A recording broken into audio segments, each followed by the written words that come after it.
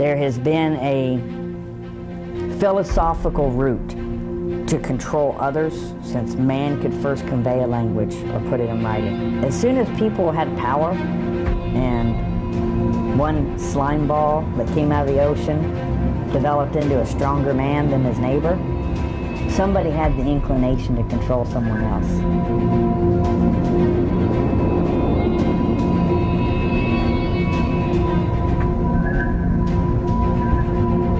You can see a mirror image of society really watching little children even at a preschool. And you can see factions already starting at 4 years old. Who's going to be the strongest, who's the fastest, who can outwit the other guy, and who can bargain off the most Barbies and G.I. Joes to somebody else. George Bush Sr. just didn't stand up and say there's 1,000 points of light in the New World Order. It didn't just start in '91. What is at stake is more than one small country.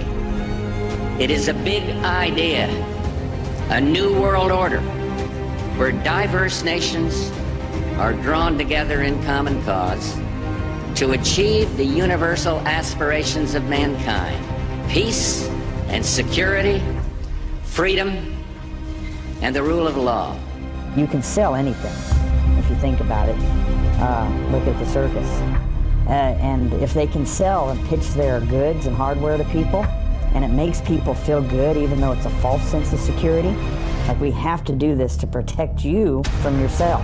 Before you know it, they're raised up on that ivory tower, and it's no longer we're doing this to protect you from yourself, we're doing this to control you and manipulate you. If we don't do this for your own good, protect you from terrorism, give you national health care, because you're too stupid to pick your own health care, and you sure can't be trusted to build any highways or control the flow of water within your state or county, or dam it, or have a power plant or anything without our overbearing guidance.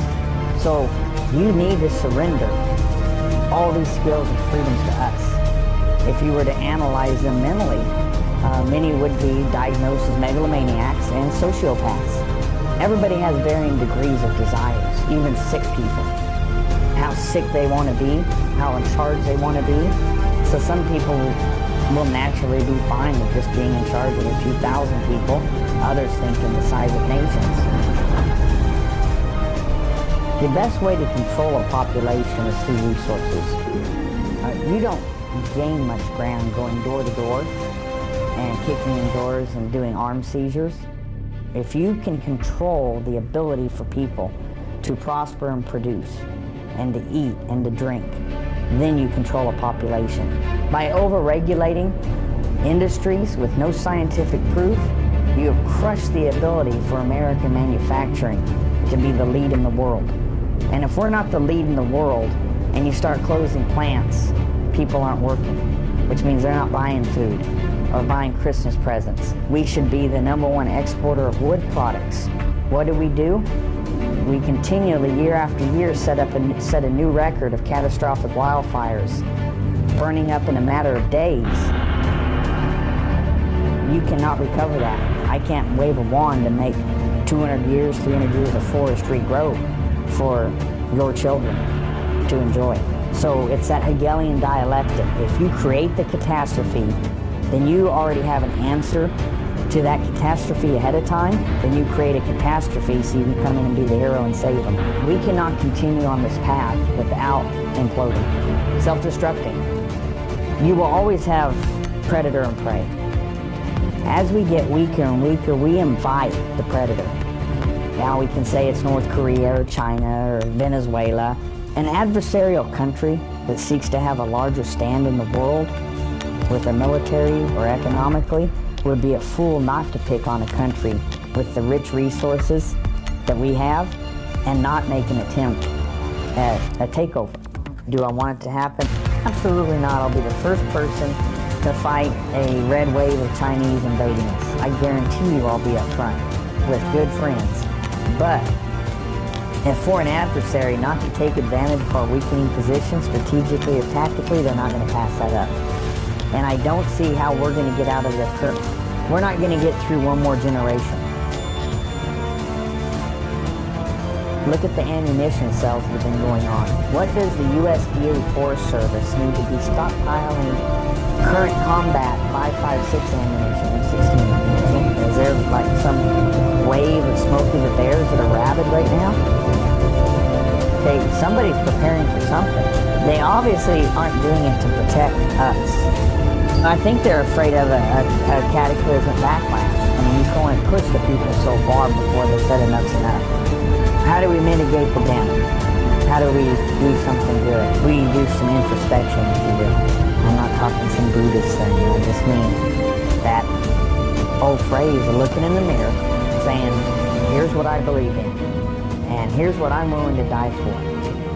Is it going to happen and we're just going to save the whole economy and country as we know it right now, or as we know it historically? No. It is infixable as we know it. It's going to have to implode, collapse, and we're going to have to, the survivors that want to prosper and be free again are going to have to rebuild again.